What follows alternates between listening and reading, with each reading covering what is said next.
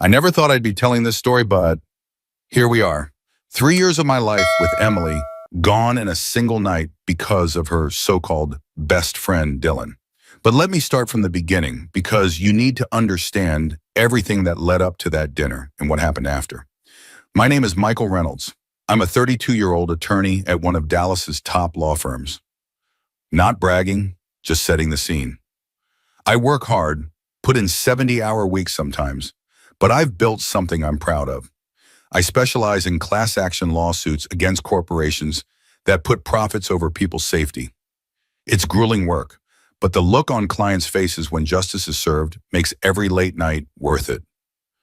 3 years ago, I met Emily Carter at a charity fundraiser for children with cancer. She was volunteering, helping organize the silent auction. I was there representing my firm, which was one of the sponsors. The moment I saw her, something clicked. She had this infectious energy about her, this genuine warmth that drew people in. While everyone else at these kinds of events was networking and schmoozing, Emily was actually passionate about the cause. I still remember what she was wearing, a simple navy blue dress, nothing flashy, but she somehow outshone every other woman in the room. She had her dark hair pulled back in a loose bun, a few strands framing her face. When she laughed, her whole face lit up, and I found myself gravitating toward that light. I made up some excuse to talk to her, something about bidding on an auction item. Our conversation flowed so naturally that before I knew it, an hour had passed, and we were still standing in the same spot, completely oblivious to the event happening around us.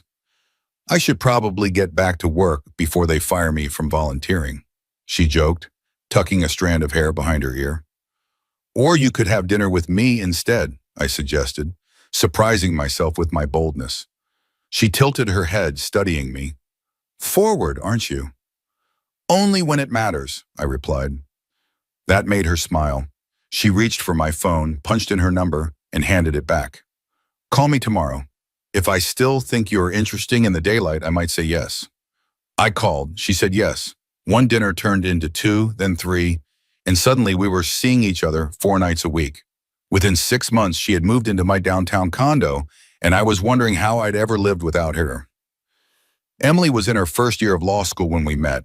She had this fire in her eyes when she talked about becoming a public defender. I want to help people who can't help themselves, she'd say. And I believed in her. More than that, I supported her. What people don't tell you about law school is that it's designed to break you. The workload is crushing, the competition cutthroat, and the pressure constant. I'd been through it myself, so I knew what Emily was facing. I did everything I could to make it easier for her.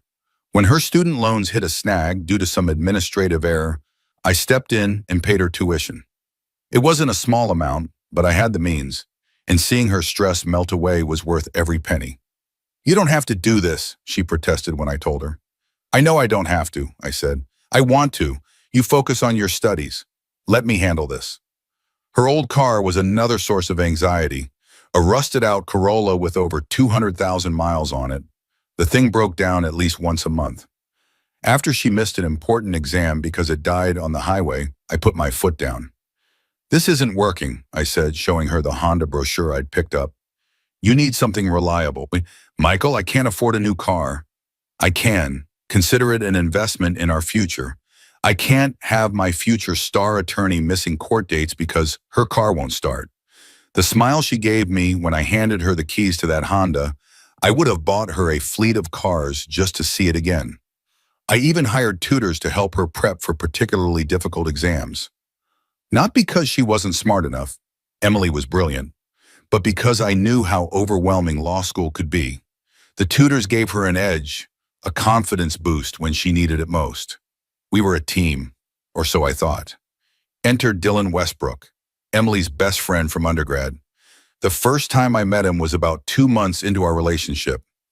Emily had invited him over for dinner, excited for us to meet. You'll love him, she assured me. Dylan's like the brother I never had. I wanted to love him, I really did. For Emily's sake, I wanted us all to be friends. But from the moment Dylan walked through my door, something felt off. He was tall, lanky, with that deliberately disheveled look that takes actual effort to maintain. His jeans were artfully ripped, his hair styled to look like he just rolled out of bed, and he had the kind of beard that requires specialized products to keep looking so purposefully unkempt.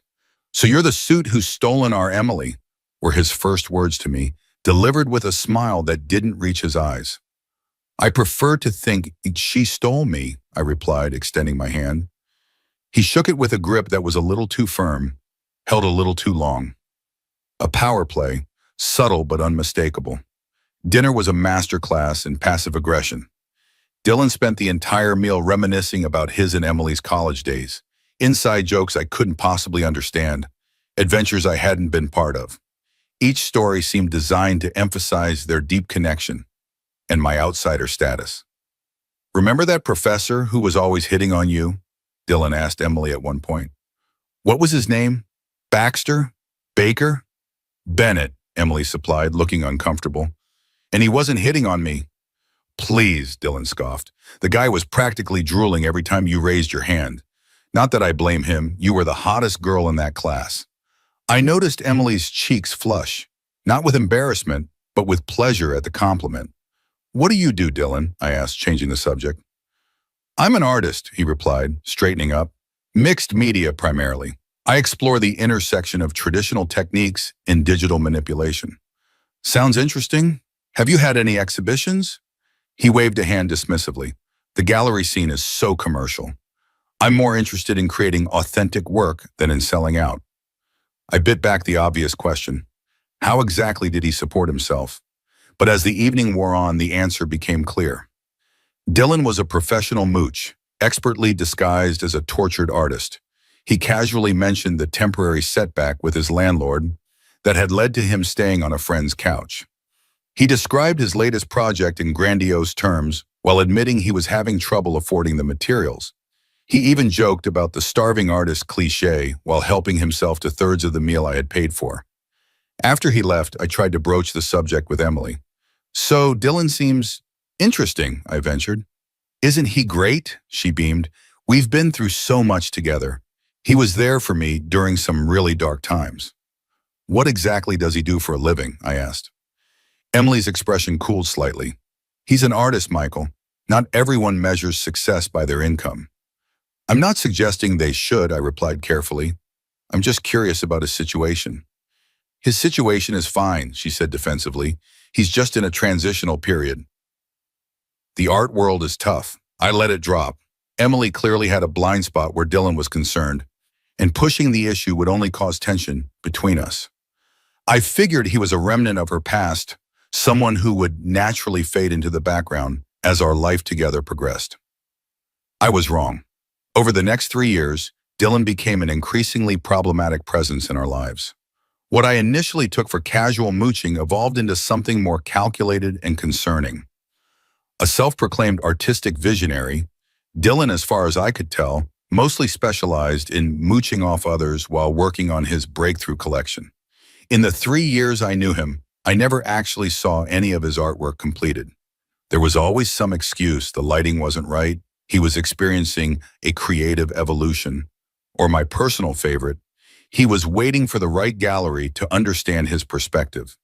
What Dylan lacked in artistic output, he made up for in commentary about my relationship with Emily. "Law firm life is sucking your soul dry, Em. You're becoming one of them," he'd say when he thought I couldn't hear. Or, "Remember when we used to talk about traveling the world? Now you're just planning for retirement like some corporate drone." I tolerated Dylan because Emily swore they were just friends. "He's like a brother to me," she'd insist. "We've been through everything together." Still, I noticed how his eyes lingered on her when she wasn't looking, how he'd find excuses to touch her arm or shoulder, how he'd call at 2 a.m. with some emergency that always seemed to require Emily's immediate attention. One night, Emily's phone rang at 1:30 a.m. She fumbled for it in the dark, squinting at the screen. "It's Dylan," she mumbled, already sitting up. "I should take this." "It's the middle of the night," I protested, but she was already walking out of the bedroom, closing the door behind her. I lay there, staring at the ceiling, listening to the murmur of her voice in the living room. After 20 minutes, my patience ran out. I got up and opened the bedroom door. Emily was curled up on the couch, still on the phone, speaking in hushed, urgent tones. "No, of course not. I understand. Yes, I can. First thing tomorrow, I promise. She looked up when she saw me, guilt flashing across her face. I have to go, Dylan. Try to get some sleep, okay?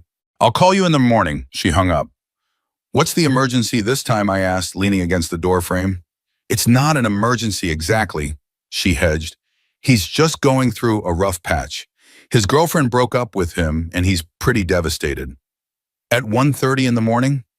Emotions don't keep office hours, Michael, she said, a defensive edge to her voice. Neither do boundaries, apparently, I replied. This is the third late-night call this month. He's my friend, and he needs me. What am I supposed to do? Ignore him? You could suggest he call during daylight hours, or that he speak to a therapist instead of dumping all his emotional baggage on you. Emily's expression hardened. You don't understand our friendship. You're right, I don't, I agreed. I don't understand why your friend thinks it's appropriate to call you in the middle of the night when he knows you have classes in the morning. I don't understand why he can't respect our time together, and I really don't understand why you let him get away with it. He doesn't have anyone else, she said, her voice small. And whose fault is that? I asked gently. Dylan is a 30-year-old man who seems incapable of maintaining healthy relationships with anyone but you. Doesn't that strike you as problematic? She shook her head. You're being unfair. Dylan's sensitive. He feels things deeply. So deeply that he only calls when it's most inconvenient for you. For us? Emily stood up, hugging herself. I'm going back to bed. We can talk about this tomorrow. But we never did. Like so many issues involving Dylan, it was swept under the rug, left to fester and grow. I'm not the jealous type. At least, I didn't think I was. But something about Dylan set my teeth on edge. Maybe it was the way he dismissed my entire profession with a wave of his hand, as if being a corporate lackey, his words, made me less of a person. Or maybe it was the way Emily's face would fall whenever I pointed out that her best friend hadn't held a steady job in the entire time I'd known him. Not everyone measures success the same way, Michael, she'd say. Dylan sees the world differently. Different enough to borrow $2,000 from Emily last year to fix his vintage convertible. Money I knew came from our joint account. Money he never repaid. Different enough to crash on our couch for 3 weeks when he got evicted from his apartment for not paying rent. Different enough to subtly undermine our relationship at every turn. The convertible situation was particularly galling. I came home one day to find Emily looking anxious, hovering near the door as if waiting for me. Everything okay? I asked, setting down my briefcase. Yes, fine, she said quickly. Too quickly. How was your day? Long. Deposition ran over. I loosened my tie. You look like you have something on your mind. She bit her lip. I need to tell you something, and I need you not to be mad. My stomach dropped. In my experience, nothing good ever follows that sentence. Go on. Dylan's car broke down. It needs a new transmission. He asked if I could help him out, just until he gets paid for his latest commission. How much? She hesitated. $2,000. I stared at her. $2,000 for Dylan's car? It's not just for the car, she rushed to explain. He needs it for work. He can't transport his art pieces without it. And he promised to pay me back as soon as his commission comes through. What commission? I asked skeptically. In the 3 years I've known him, I've never seen him complete a single piece, let alone sell one. He has a buyer interested in a series he's working on, she insisted. It's a big opportunity for him. So big that he can't get a loan from a bank or put it on a credit card. Emily's expression hardened. His credit isn't great, and he's my friend, Michael. He needed help, so I helped him. With our money, I pointed out. Money from our joint account. I contribute to that account too, she said defensively. My student job may not pay much, but this isn't about how much you contribute, I interrupted. It's about making major financial decisions without discussing them with me first. $2,000 is a lot of money, Emily. I know, and I'm sorry I didn't talk to you first. But Dylan was desperate, and I knew the money was there. She took my hand. Please don't be angry. He's good for it, I promise.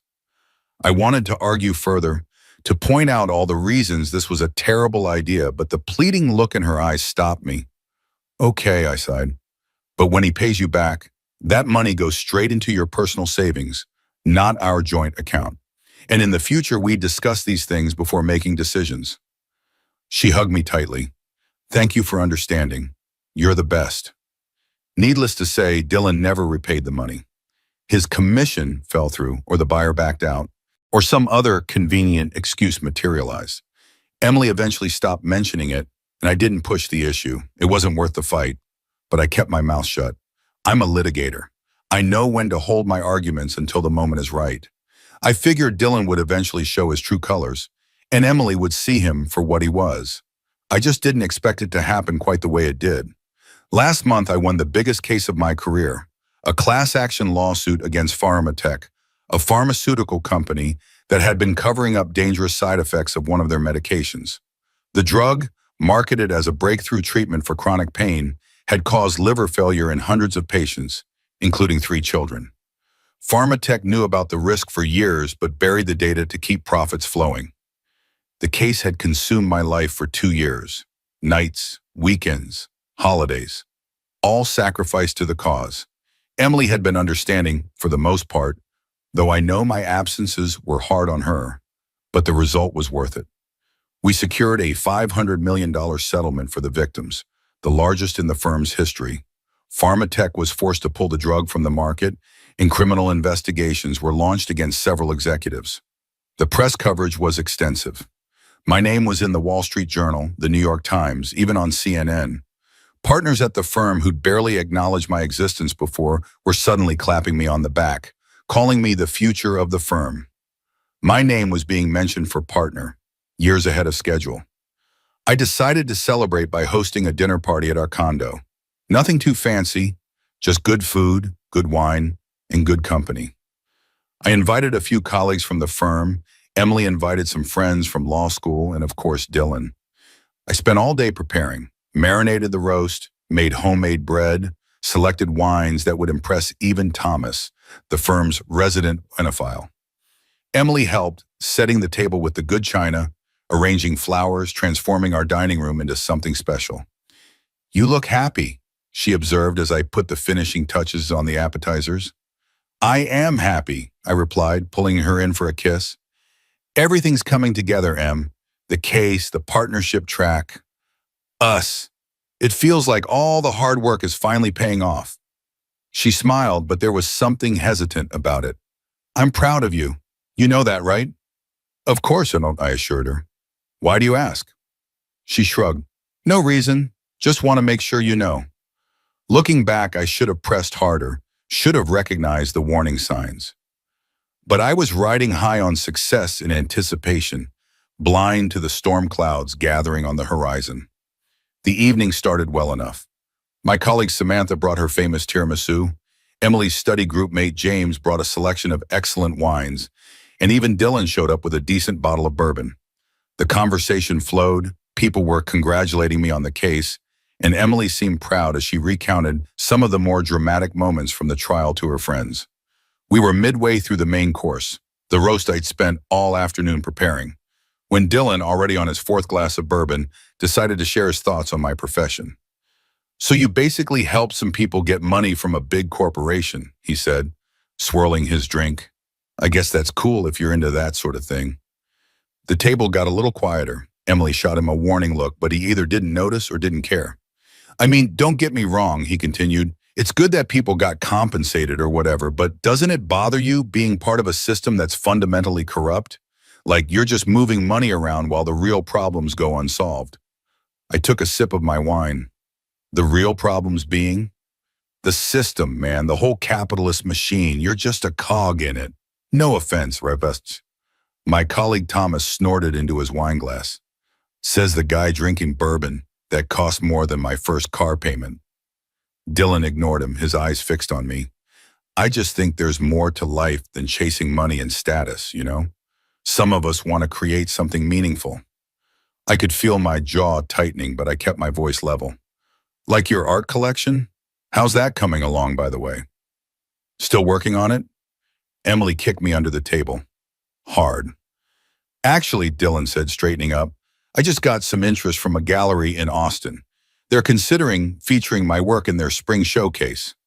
That's wonderful, Emily said quickly. Isn't that great, Michael? I nodded, not trusting myself to speak. I'd heard about Dylan's imminent success stories before. They never materialized. Dinner continued, the conversation shifting to safer topics. I thought the worst was over. I was wrong. As I was serving coffee and dessert, Dylan cornered Emily in the kitchen. I came in just in time to hear him say, I just worry about you, Em. You're changing, and not in a good way.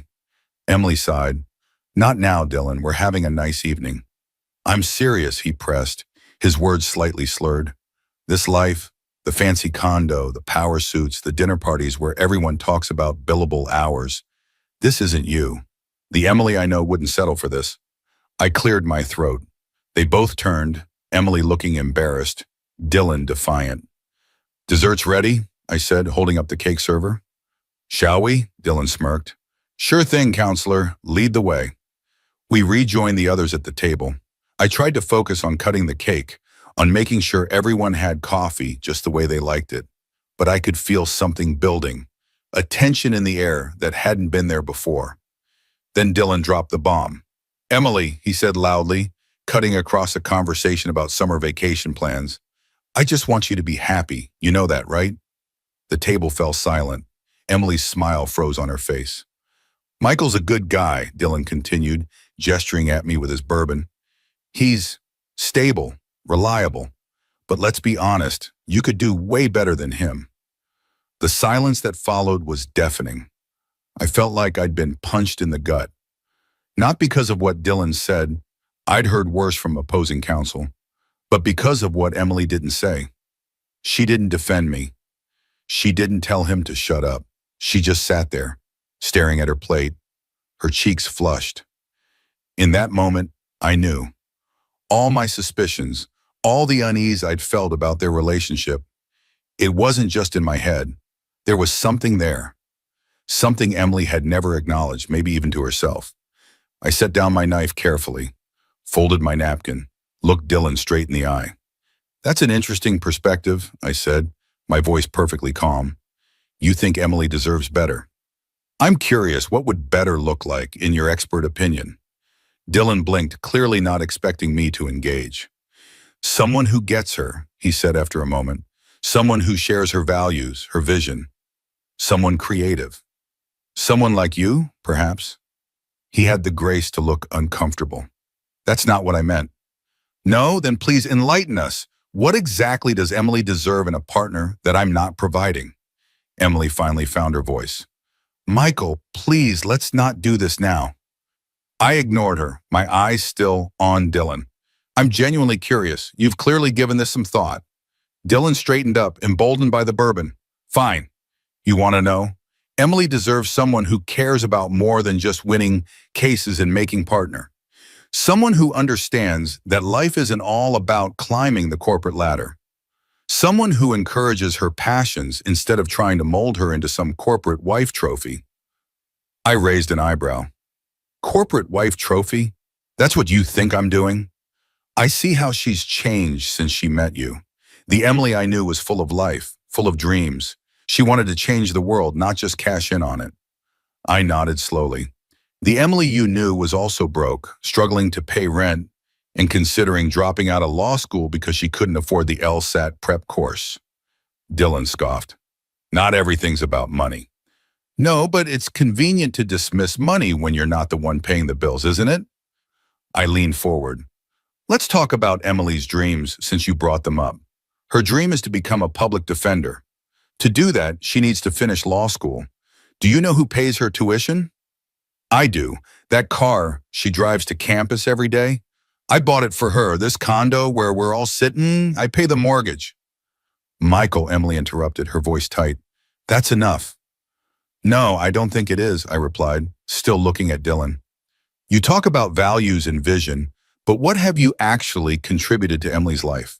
Besides criticism and midnight crises? You borrowed $2,000 from her last year for your car. Money that came from our joint account. Money you've never repaid.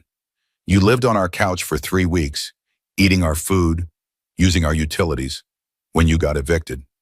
Tell me, what part of that supports Emily's dreams? Dylan's face had gone pale beneath his artfully maintained stubble. Around the table, our guests were either staring at their plates or watching the exchange with barely concealed fascination. That's not fair, Dylan muttered. I was going through a rough patch.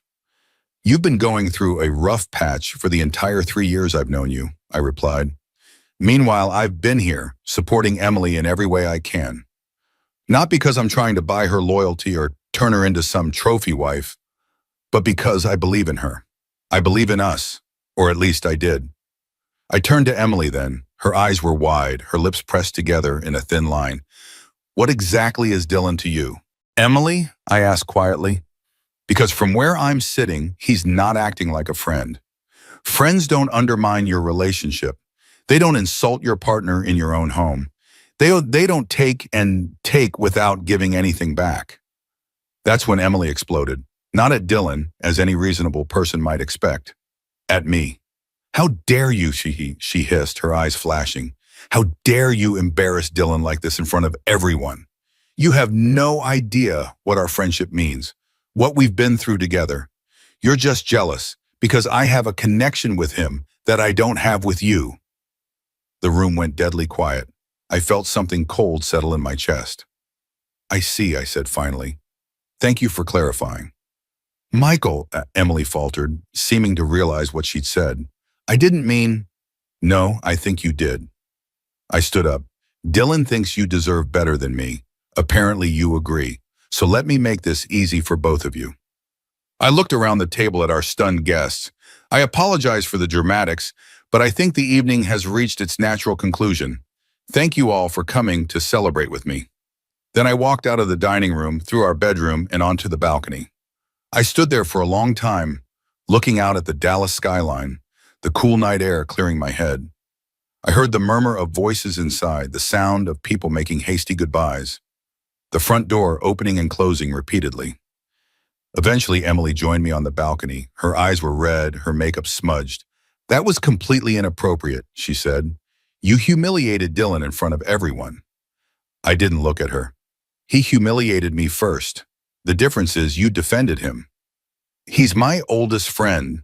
And what am I, Emily? I finally turned to face her. What exactly am I to you? She faltered. You're my boyfriend.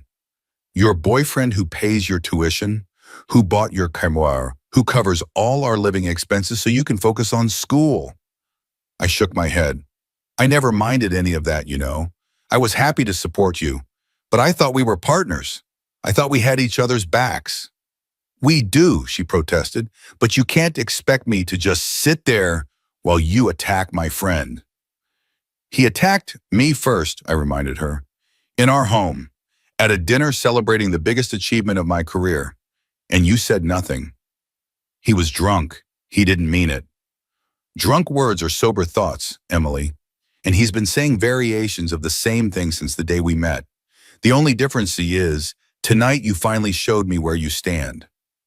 She crossed her arms. What's that supposed to mean? It means I'm done. I'm done tolerating Dylan's disrespect. I'm done pretending I don't notice the way he looks at you, the way he tries to come between us. And I'm done being with someone who doesn't respect me enough to stand up for me in my own home. Emily's eyes widened. Are you breaking up with me? I think you broke up with us the moment you chose Dylan over me. That's not fair. You're asking me to choose between my boyfriend and my best friend. No, Emily, I'm asking you to choose between a man who loves and supports you and a man who takes from you while contributing nothing but negativity. The fact that you see it as a difficult choice tells me everything I need to know. She stared at me, tears welling in her eyes. So that's it? 3 years together and you're just walking away? I'm not the one who walked away, I said quietly. You did that tonight. Fine, she snapped, anger replacing shock. If that's how you feel, I'll go. I'll stay with Dylan until I figure something out. I nodded. That seems appropriate. She stormed back inside. I heard drawers slamming, closet doors banging. I didn't move from the balcony. Eventually, she reappeared with a hastily packed overnight bag. I'll come back for the rest of my things tomorrow, she said, her voice cold. I'll make sure I'm not here, I replied. And then she was gone. Just like that, 3 years ended with the quiet click of the front door. I'd like to say I broke down, that I spent the night drinking myself into oblivion or destroying the reminders of our life together.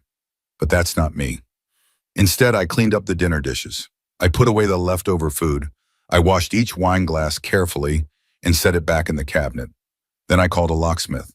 By morning, the locks were changed. I'd packed all of Emily's clothes and personal items into boxes, labeled them neatly, and arranged for them to be delivered to Dylan's apartment. I'd called my bank and removed her from our joint accounts. I'd contacted the law school and informed them that I would no longer be paying Emily's tuition. Some might call it cold. I call it self-preservation. The next few days passed in a blur of work and practical matters. I threw myself into a new case, staying at the office until midnight, arriving before dawn. I changed my phone number. I unfriended Emily and blocked Dylan on all social media. I told our mutual friends that I didn't want to hear about her or discuss what had happened. A week passed, then two. My phone rang constantly with calls from Emily, first angry, then pleading, then desperate. I ignored them all.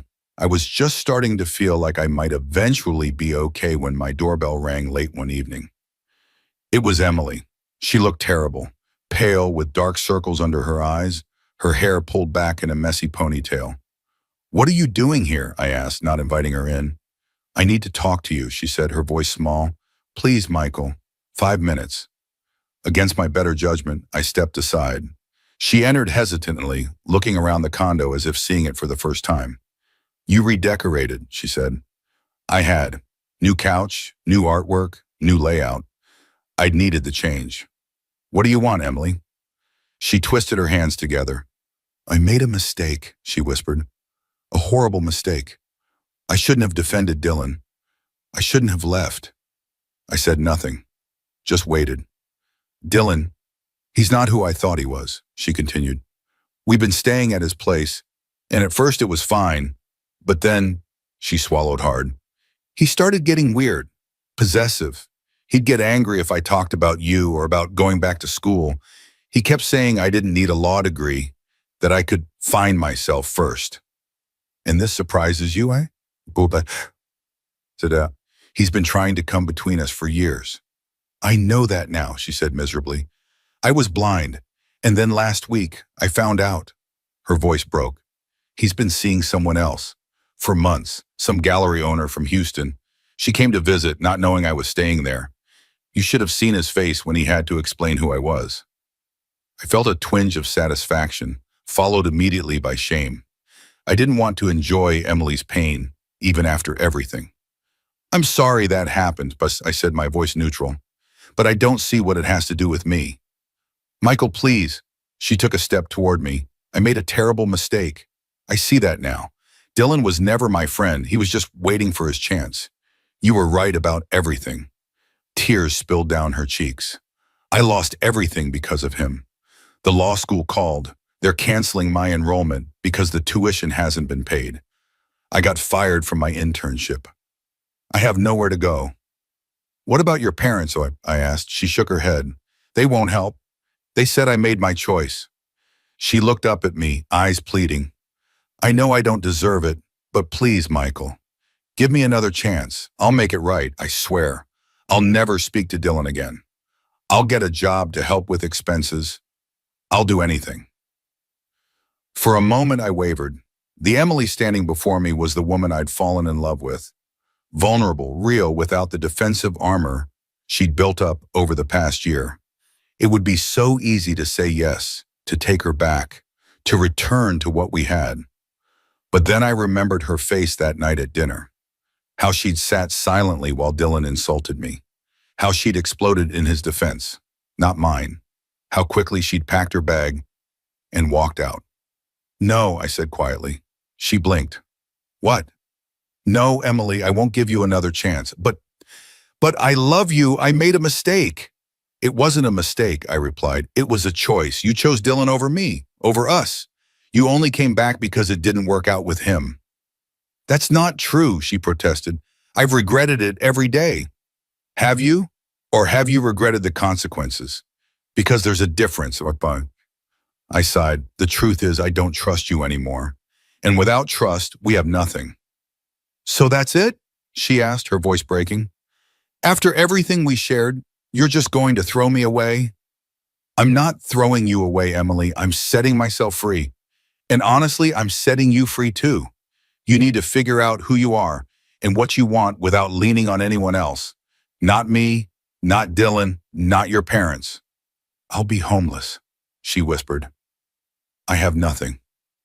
I felt a pang of guilt, quickly suppressed. You have a law school education partially completed. You have skills. You have intelligence. You'll figure it out. Please, Michael, she begged, grabbing my arm. I'm sorry. I'm so sorry. I'll do anything.